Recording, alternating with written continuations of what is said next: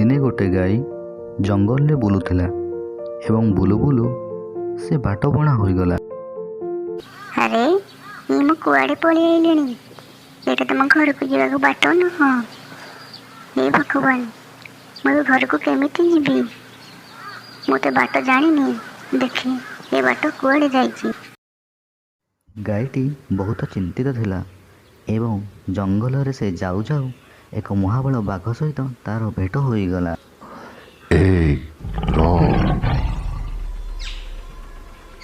ମୁଁ ତତେ ଖାଇବି। ମୋ ପେଟରେ ଭାରି ଭୋକ।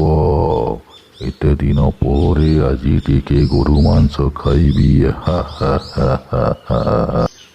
ବାଘକୁ ଦେଖି ଗାଈଟି ବହୁତ ଡରି ଯାଇଥିଲା ଏବଂ ଭୟରେ କହିଲା, ବାଘ ମାମୁଁ, ତମେ ହେଉଛ ତ ଜଙ୍ଗଲର ରାଜା। ତମେ ବହୁତ ଜୀବଜନ୍ତୁ ଖାଇ ତୁମ ପାଟି ଅସନା ହୋଇଯାଇଥିବ। ତୁମେ ଗୋଟେ କାମ କର, ତୁମେ ଝରଣା ପାଣିକୁ ଯାଇ ପାଟି ଧୋଇ କରି ଆସ ଏବଂ ସେଠାରେ ଥିବା ମୁଗୁନି ପଥରରେ ଦାନ୍ତକୁ ଘଷି ଦାଢ଼ କରି ଆସ। ଆସିଲେ ତୁମେ ମୋତେ ଖାଇବ। ମୁଁ ଏଇଠି ଠିଆ ହେଇଥିବି। ହଉ, ଠିକ ଅଛି, ମୁଁ ଆସୁଛି। ଯା ହଉ, ଏତେ ଦିନ ପରେ ଆଜି ଟିକେ ଗୋରୁ ମାଂସ ଖାଇବି। ଯାଉଛି ପାଟିକୁ ଭଲରେ ଧୋଇ ଦାନ୍ତକୁ ଭଲରେ ଦାଢ଼ କରିଯିବି, ଗଲେ ତାକୁ ଖାଇବି। ବାଘଟିକୁ ଝରଣା ପଠେଇ ଗାଈଟି ଦୌଡ଼ିକି ପଳେଇ ଆସିଲା ଏବଂ ଆସୁ ଆସୁ ଏକ ଗୁମ୍ଫା ଭିତରେ ପଶିଗଲା। କିନ୍ତୁ ଦୁର୍ଭାଗ୍ୟବଶତଃ ତାହା ଥିଲା ଏକ ସିଂହର ଗୁମ୍ଫା। କିଛି ସମୟ ପରେ ସିଂହ ସେ ଗୁମ୍ଫାକୁ ଗଲା। ଛାଡ଼, ଆଜି କିଛି ଗୋଟେ ଶିକାର ମିଳିଲାନି। ଯାଉଛି ଟିକେ ଗୁମ୍ଫାରେ ବିଶ୍ରାମ ନେବି। ସିଂହ ଗୁମ୍ଫା ଭିତରକୁ ଯାଇ ଦେଖେ ତ ଦୁଇଟି ଆଖି ଚିକ୍ ଚିକ୍ କରୁଛି। ସେ ଗର୍ଜନ କରି ପଚାରିଲା, କିଏ ରେ ତୁ?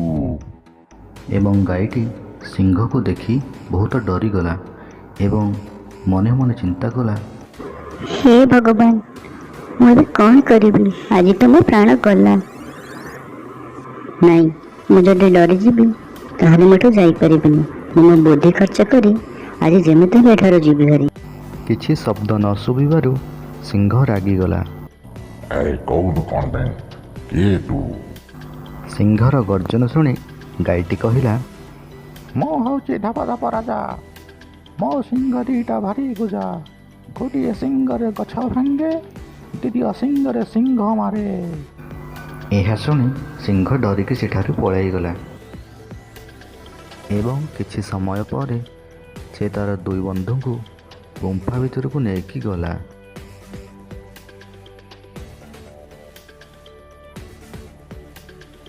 ଗୁମ୍ଫା ଭିତର ସେହି ତିନି ଜଣ ସିଂହଙ୍କ ଗର୍ଜନରେ କମ୍ପି ଉଠୁଥାଏ। ଗାଈଟି କିନ୍ତୁ ଭୟ ନ କରି କହିଲା, ଏ ସିଂହ, ମୁଁ ଏକାଥରକେ 5ଟି ସିଂହ ଖାଏ। ତୁ କ'ଣ 2ଟି ସିଂହ ନେଇଯାଇଛୁ? ମୁଁ ତତେ ଆଗ ଖାଇବି। ଏହା ଶୁଣି ଦୁଇଟି ସିଂହ କହିଲେ, ଇଏ ଆମକୁ ପ୍ରାଣ ବଳି ଦେବା ପାଇଁ ଆଣିଛି। ଯେତେ ଶୀଘ୍ର ସମ୍ଭବ ଏଠୁ ଚାଲିଯିବା ଭଲ। ଚାଲ, ପଳେଇ ଚାଲ। ଏହାପରେ ସେ ସିଂହମାନେ ଭୟରେ ଯିଏ ଯୁଆଡ଼େ ପଳାଇ ଗଲେ